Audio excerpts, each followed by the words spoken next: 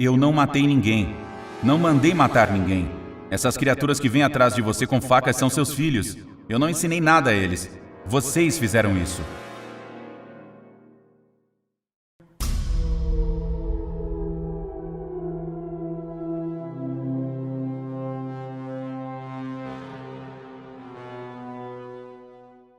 Às vezes é um mistério saber de onde vem a ação criminosa de um assassino em série.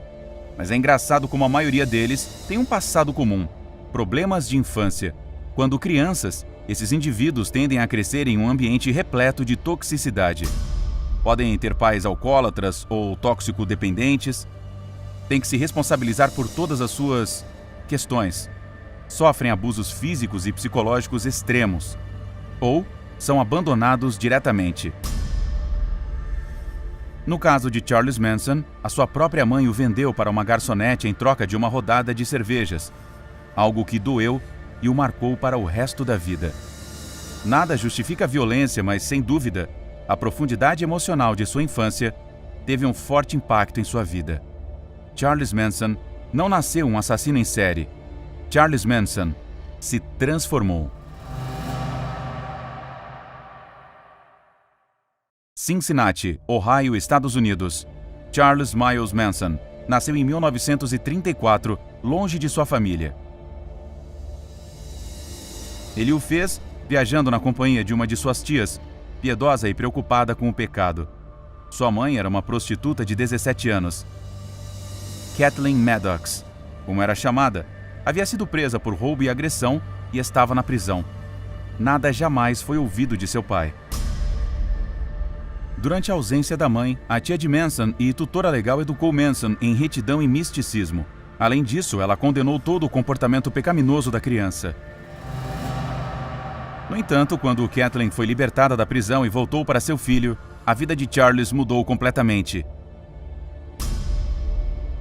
Charles ficou com a mãe até os 14 anos, quando não aguentou mais a situação.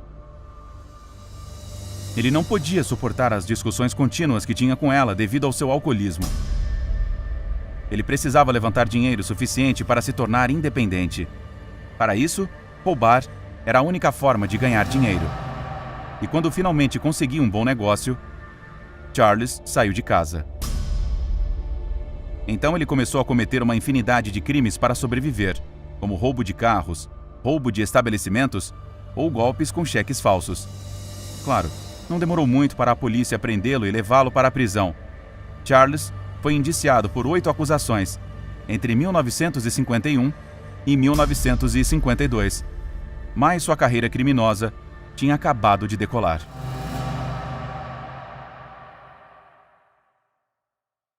Aos 19, recém-saído da prisão, Charles se casou com Jan Willis, uma enfermeira de 17 anos com quem teve seu primeiro filho, mas o casamento não durou muito.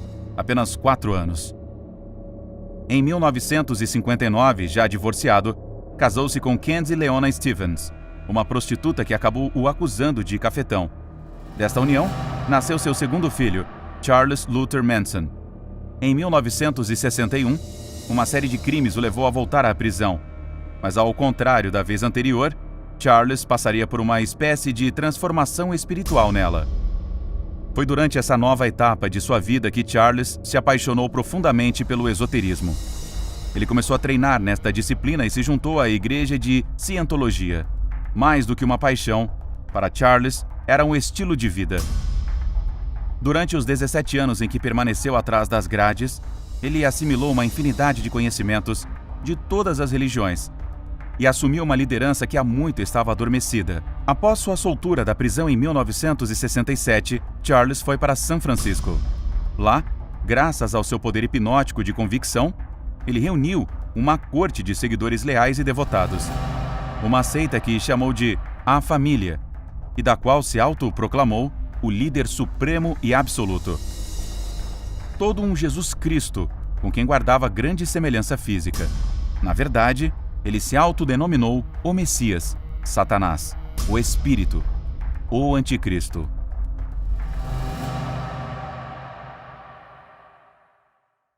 A doutrina que Charles Manson pregou era muito estranha. Ele misturou conhecimentos e preceitos orientais com outros cristãos. Sua filosofia baseava-se no fato de que apenas aqueles que o seguissem seriam salvos do temido apocalipse.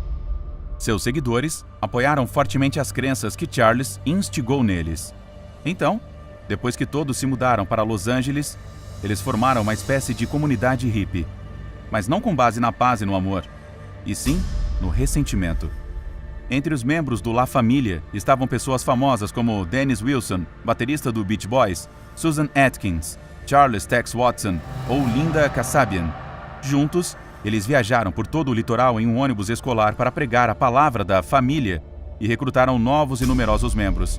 Na verdade, eles se tornaram tão conhecidos em Los Angeles que muitas outras celebridades abriram suas portas para eles. E não era de admirar. O estilo de vida de La Família era semelhante ao de muitas estrelas de Hollywood. Drogas, música e sexo livre eram a norma na comunidade. Tudo isso enquanto Manson praticava um messianismo pós-moderno influenciado por sua esquizofrenia. Uma atitude que nenhum de seus membros contestou, ou pelo menos, ninguém se atreveu a fazer isso. Mas nem tudo era libertinagem. Nos sermões, a música se tornou a principal ferramenta do Manson. O som dos Beatles havia penetrado tão profundamente em seu coração que ele acabou encontrando no The White Album e na música Helter Skelter a mensagem que ele esperava há tanto tempo. De acordo com Manson, os membros da banda britânica eram os 4 Cavaleiros do Apocalipse, e eles criaram aquela música para enviar um anúncio a ele. A música supostamente escondia uma mensagem criptografada, destinada exclusivamente ao Manson. A letra prenunciava que o fim do mundo estava por vir, que uma nova ordem mundial seria estabelecida e que ele seria o rei do mundo. Nas próprias palavras do Manson, Lennon, o profeta, disse para mim: "Charlie, levante-se, mate aqueles porcos se divertindo em suas mansões de Hollywood. Chegou o momento. Você é o filho do homem, o anjo exterminador." Outro dos primeiros a denunciar que The White Album dos Beatles continha mensagens satânicas foi o padre Greenwald. Segundo ele, quando o refrão da música Revolution 9 foi tocado ao contrário, ouviu-se o seguinte: "Take me, dead man." Manson conhecia perfeitamente a arte de reverter a reprodução de músicas. Então, ele usou essas supostas mensagens para cometer seus crimes subsequentes e iminentes. O gatilho para o primeiro assassinato foi uma discussão com Dennis Wilson, o então membro dos Beach Boys, a quem ele acusou de ter plagiado a música Never Learn Not to Love. A atmosfera já estava aquecida e acabou explodindo após um pequeno incidente com um traficante de drogas chamado Gary Heeman, que despertou a ira do líder. Manson agarrou o traficante e cortou uma orelha, para então permitir que 3 outros membros do La Família o matassem a facadas. Antes de partir, Manson espalhou um dedo de sangue e escreveu na porta a palavra Leitões e o símbolo da organização Panteras Negras para culpá-los pelo assassinato. Quando os agentes chegaram ao local do crime, encontraram o cadáver do traficante completamente destruído. Esse incidente fez Manson e seus seguidores encontrarem um novo lugar para emigrar. Desta vez, seguiram para o Vale da Morte, o local com o nome que mais os representava. Lá, eles encontraram uma fazenda no meio do deserto e organizaram o que Manson chamou de Helter Skelter, o fim do mundo. Uma carnificina premeditada, autêntica e sangrenta. Charles deu ordens precisas a vários membros do culto para invadir a mansão do diretor de cinema Roman Polanski. À meia-noite, 8 de agosto de 1969, Sharon Tate, a esposa do cineasta e amigos do casal, estavam na casa. "A sociedade tem sido injusta comigo. Vamos matar qualquer porco que estiver lá dentro. Entrem e os apanhem." O Messias gritou para seus discípulos. Então eles cortaram a linha telefônica da mansão para que ninguém chamasse a polícia. E, em seguida, invadiram a casa. Eles começaram a gritar com eles como loucos que eram e reuniram os 5 presentes em uma das salas.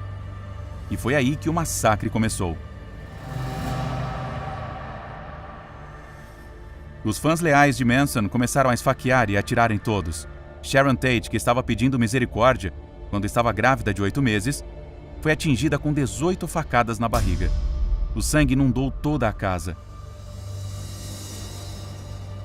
Com o trabalho feito, antes de partirem, eles assinaram na parede, assim como haviam feito com o traficante de drogas Gary Heeman, com a palavra leitões. E Manson e outro adepto se encarregaram de apagar todas as pistas incriminatórias. Sadie Mai, membro da seita, relembrou o massacre desta forma: queríamos cometer um crime para que o mundo reagisse e nos ouvisse. Me sentia satisfeita, cansada, mas em paz com o mundo. Eu sabia que isso era o começo do caos.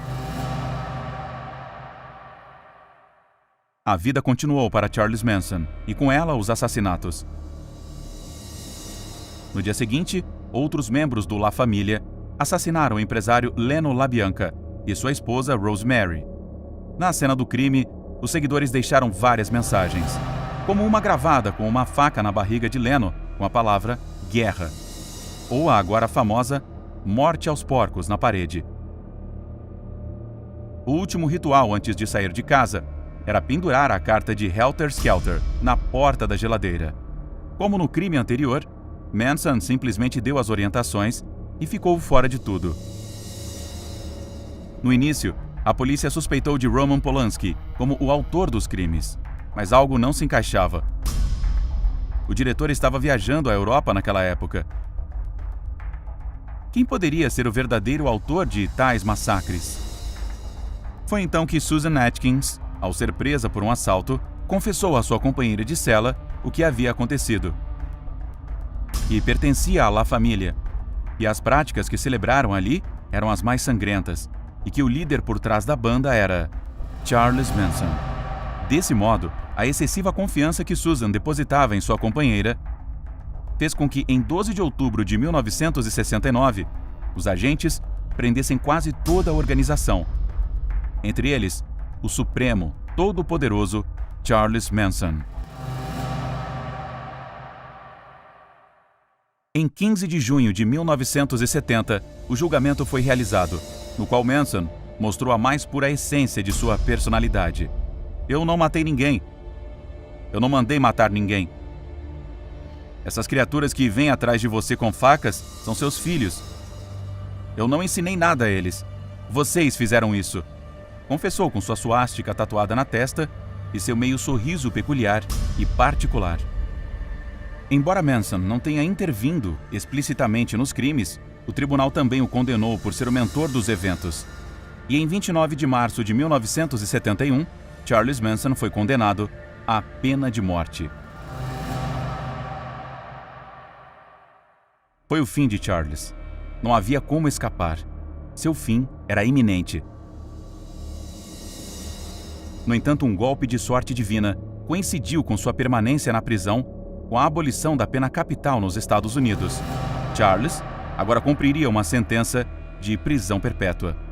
Mas apesar do fato de seu líder estar atrás das grades, as atividades do La Máfia continuaram as mesmas.